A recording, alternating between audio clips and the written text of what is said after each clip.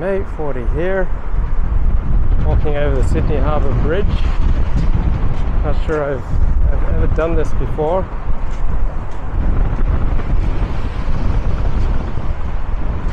There's the Sydney Opera House. So, what better time when looking over the Sydney Harbour Bridge to examine the latest from Steve Saylor. So, we've had a dramatic race gap in traffic deaths that emerged after 2014. Gee, I wonder what happened in 2014. Oh yeah, we had the Ferguson effect. Black Lives Matter went crazy. American elite suggested that our country was over-policed, and so the more criminally inclined among us were less policed as a result. And when they were less disciplined, they behaved more badly. So there was a dramatic increase in crime, in pedestrian deaths, in traffic deaths.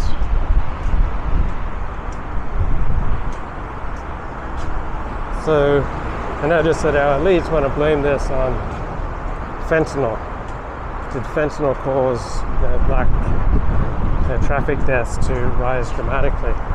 But we have lots of white people doing fentanyl too, and we don't see an accompanying increase in traffic deaths. So, Affordable Family Foundation. So there's not a single age bracket where Democrats are more likely to be parents of minor children than Republicans. So 25% of Democrats aged 25 to 30 are parents, 41% of Republicans.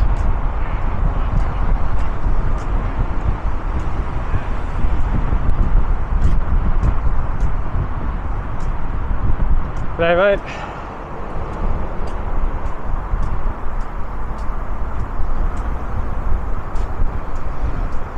So the Flynn effect of rising IQ sputtering out in rich countries. So we had the Flynn effect, rising IQ scores over the past 50 years, perhaps increased use of abstraction has artificially raised IQ scores without raising the underlying G factor of intelligence. But that's pretty much stopped. So IQ gaps between countries are still large, such as 19 IQ points between East Asia and South Asia, but they're diminishing worldwide. And so Richard Flynn and company predict that this will continue, reducing cognitive gap between working age populations in the coming decades. So cognitive convergence should be paralleled by global economic convergence. So how long will this cognitive and economic convergence continue? Will it completely eliminate cognitive and economic gaps between countries?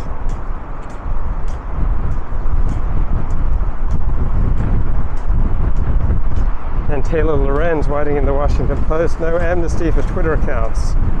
Opening the gates of hell. Elon Musk says he will revive banned accounts. A lot of people I know are back on Twitter.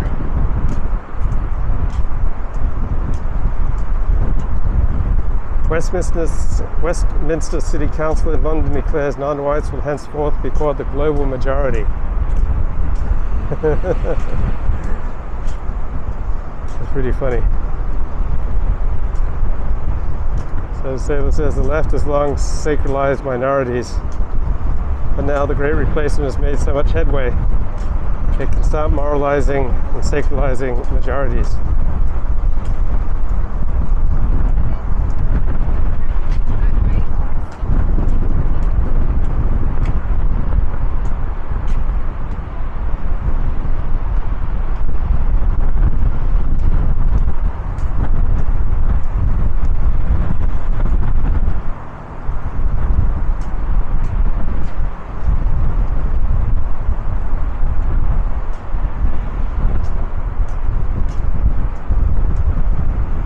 Okay, it's soccer left or right?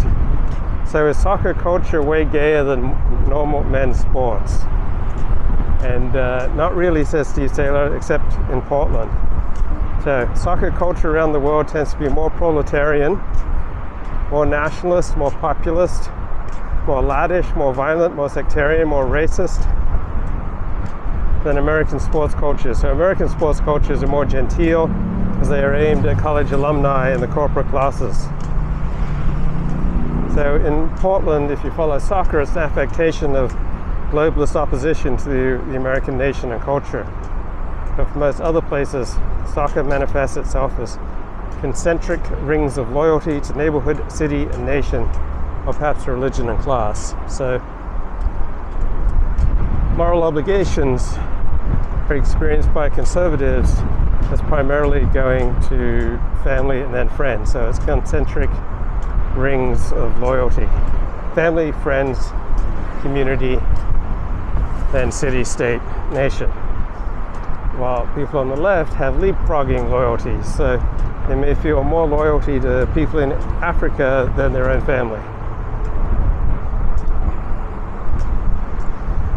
So in 1980, on a train to Switzerland, Steve Taylor met some soccer hooligans. And they were going to Turin, which is in Italy, to smash things up there. Smash up the plate glass windows of downtown after the match as a show of strength. They held Italian soccer fans in contempt because the Italians appeared like they would rather not fight, and they only showed up to the riot started by the English marauders to defend their hometown from attack.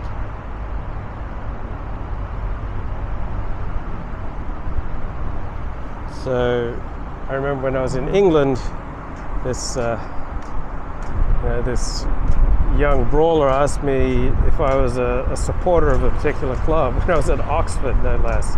And I was in the town of Oxford looking forward to tour University of Oxford in a parking lot. This young man asked me if I was a supporter of some football club. He wanted to fight. So in the 1970s, fights were pretty common in baseball stadiums, but by the 1980s, they'd implemented smarter security. Fighting became less common. So American football emerged from the elite colleges, so it's long been aimed at corporate white-collar workers. Basketball was first a college sport, then a professional one.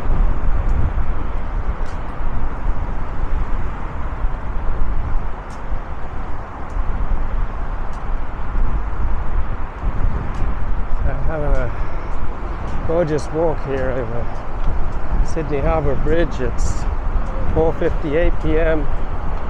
on, what is it, Tuesday afternoon.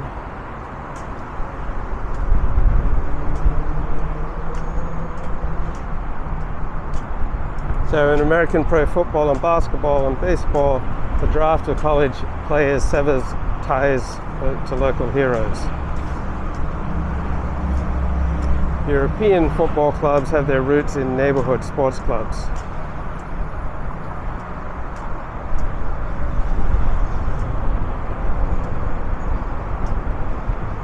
So American football is brutal on the field but peaceful in the stands, because it attracts people who can pay for a nice experience. So most countries that have won the World Cup have had far-right dictatorships at some point in the 20th century.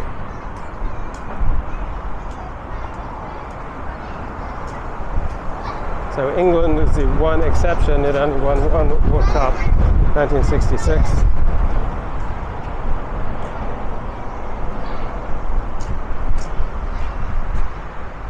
But look at the others. Like Brazil's won 5.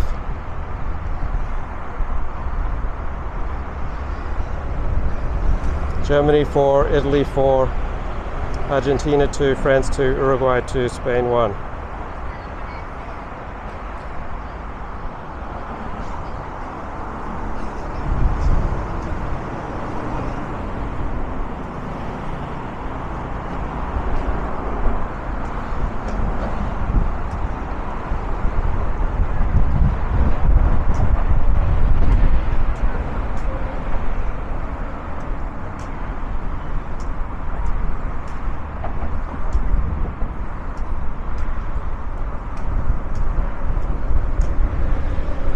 And remember I discussed this last week. You're going to be hearing more about how billions of people need to move to the Northern Hemisphere due to climate change in the South, from the BBC.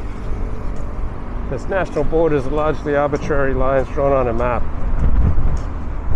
3 billion people are expected to be displaced by the effects of global warming this century. Should it lead to a shift in the way we think about national borders, unable to adapt to extreme climate conditions, billions of people will need to move.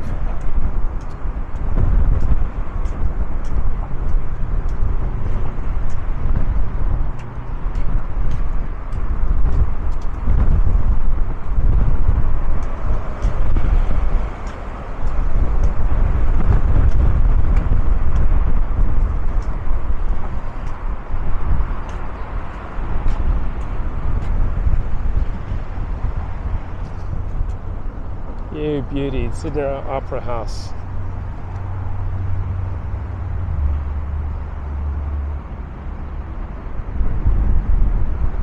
How gay is soccer? Like most male sports, not very gay. So the English news media is really obsessed with finding a gay male soccer player willing to come out, and has been obsessed for 10 years. The absence of said soccer players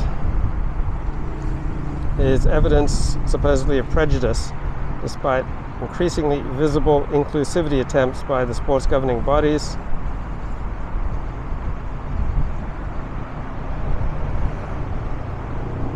So once your career is over, you'd think that social pressure would pretty much evaporate. So very, very few ex-Premier League players have come out as gay. So England is perhaps the world's most gay-friendly place. Anyone coming out is guaranteed a sympathetic media portrayal. So do gay players come out when they retire? No. Google only finds one ex-Premier League player who came out after retiring. So someone who made 117 appearances, which would put him well outside the top 1,000 players by appearance. So whatever psychological traits make men highly interested in team sports, they also make them highly heterosexual.